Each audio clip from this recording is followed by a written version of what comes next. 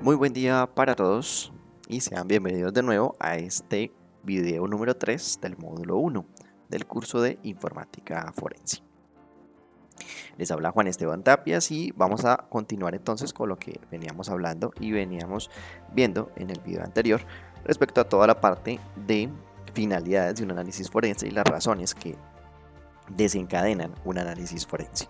Entonces, vamos a entrar a un concepto importante, un concepto muy importante y pues muy relevante para lo que vamos a estudiar, que es la parte de dispositivos de almacenamiento e identificación de objetivos. Entonces, los dispositivos de almacenamiento son usados para poder guardar mensajes de datos e información de aparatos electrónicos. Entonces, mensajes de datos incluye obviamente muchas cosas, información referente a la parte de información, referente a la parte de elementos que más adelante pues, nos van a servir como pautas o guías probatorias en casos judiciales. Entonces, existen dispositivos de almacenamiento de tres clases importantes a considerar y a saber.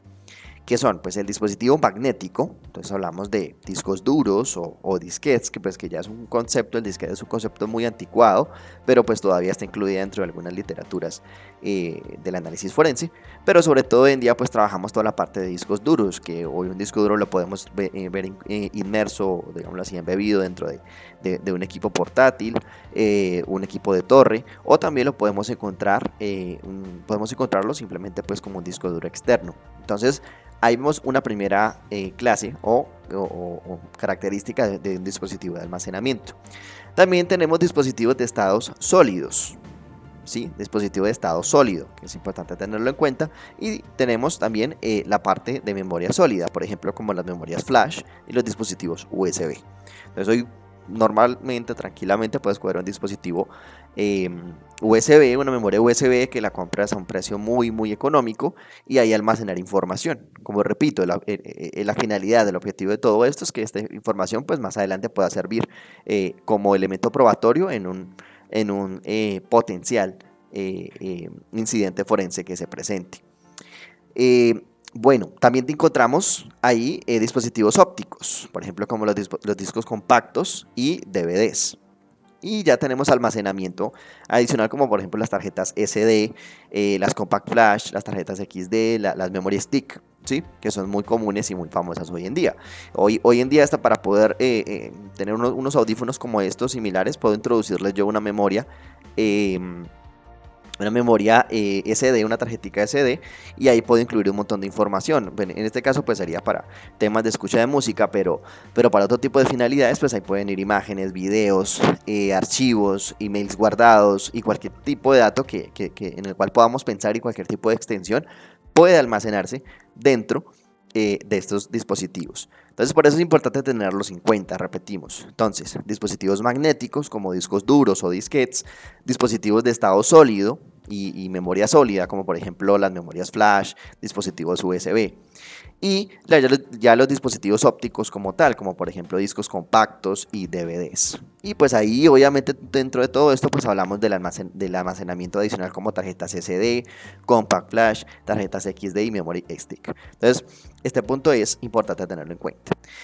Ahora, como buenas prácticas dentro de todo esto que estamos viendo, es importante recolectar la información de instrucciones de uso, los manuales y las notas de cada uno de los dispositivos encontrados. Entonces, si vamos a analizar un dispositivo, tenemos que ver cuáles son sus instrucciones de uso, cuáles son los manuales y adicional, pues cuáles son las notas que confieren el análisis de cada uno de esos dispositivos para poder luego entrar a revisarlos y a comprenderlos.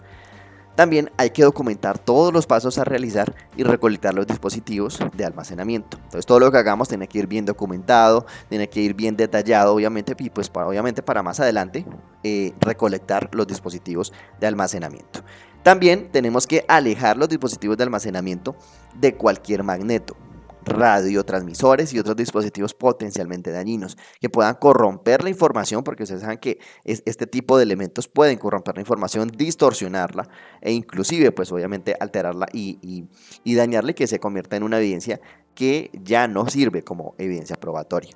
Entonces, aquí es importante entender todo esto porque entramos a un concepto importante, que es la parte de identificación de dispositivos de almacenamiento e identificación de objetivos. Ahora, entonces, en la parte de identificación de objetivos, vamos a tomar como referente para este punto la explicación de la incautación de equipos informáticos o electrónicos. Porque, ¿qué sucede?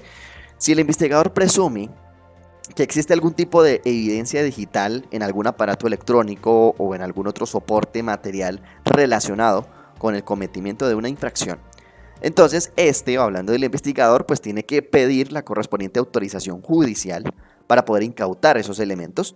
De igual forma, pues también tiene que tener la autorización judicial para poder acceder al contenido guardado, almacenado y generado por dichos aparatos. O sea, no es suficiente con solamente incautar los elementos o los aparatos, sino que también hay que tener la autorización de la autoridad competente para poder acceder a la información que tienen esos elementos y esos aparatos. Por eso hablamos de la incautación de equipos informáticos, porque pues se incauta un elemento informático como un computador o digamos que un elemento móvil también puede ser incluido, una tablet, un celular, etcétera.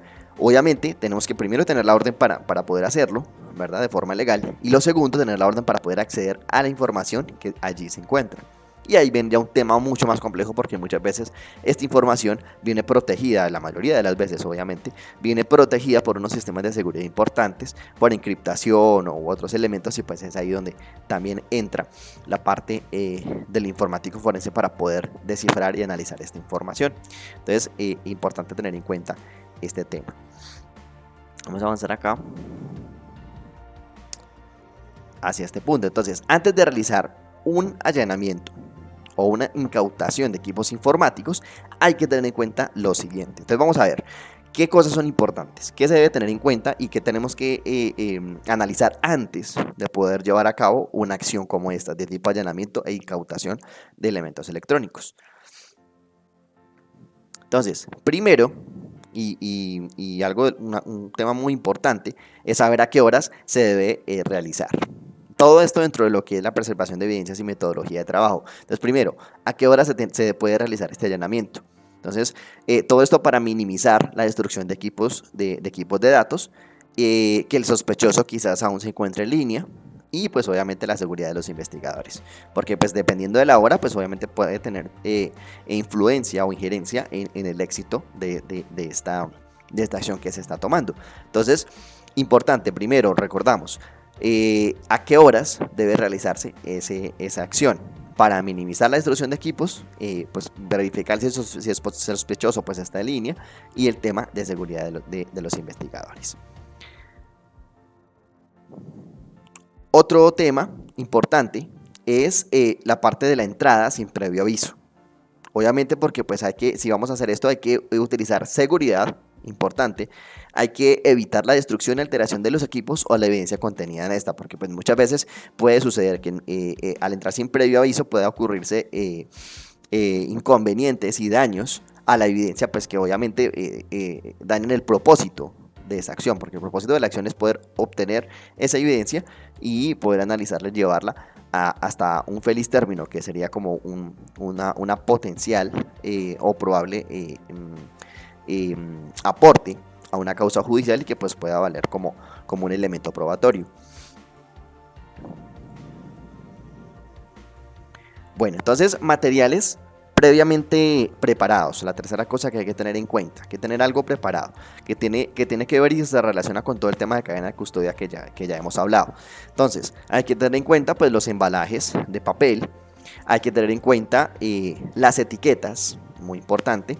Hay que tener en cuenta los discos y disquetes vacíos. Recordemos que este concepto de disquetes hoy en día pues es un poco ya obsoleto, que es una tecnología o una herramienta que se introdujo hace muchos años y fue muy exitosa, pero pues hoy en día ha sido reemplazada como muchas de las tecnologías y considero pues que la tecnología hoy en día poco a poco lo que hoy se considera el top o la gran importancia, se le da la gran importancia a cierta tecnología, más adelante, de aquí a unos años, ya no va a ser algo tan importante y luego va a tender a desaparecer. Con los disquetes sucedió algo similar. Era un dispositivo muy, muy importante que uno iba y compraba en la esquina y ahí almacenaba su información, pero poco a poco esto fue reemplazado por lo que son unidades de USB extraíbles, discos duros, etcétera. Entonces, esto es importante tenerlo en cuenta cada vez que hablemos de disquetes, pero se incluye, como lo hablaba, porque pues es parte de la literatura aún de todo este tema de informática forense. Bueno, herramientas. ¿Qué herramientas van a ser necesarias para ese tema? No sé, destornilladores, algún elemento que se necesite o que se requiera para poder acceder a la información. Cámaras fotográficas, eso sí es importante, pues porque cada vez que realicemos algo, nuestra prueba, nuestra evidencia va a quedar ahí en la toma de fotos y captura de fotográfica. También un cuarto punto importante, pues es realizar simultáneamente los allanamientos e incautación en diferentes sitios. ¿Por qué? Porque pues los datos pueden estar en más de un lugar.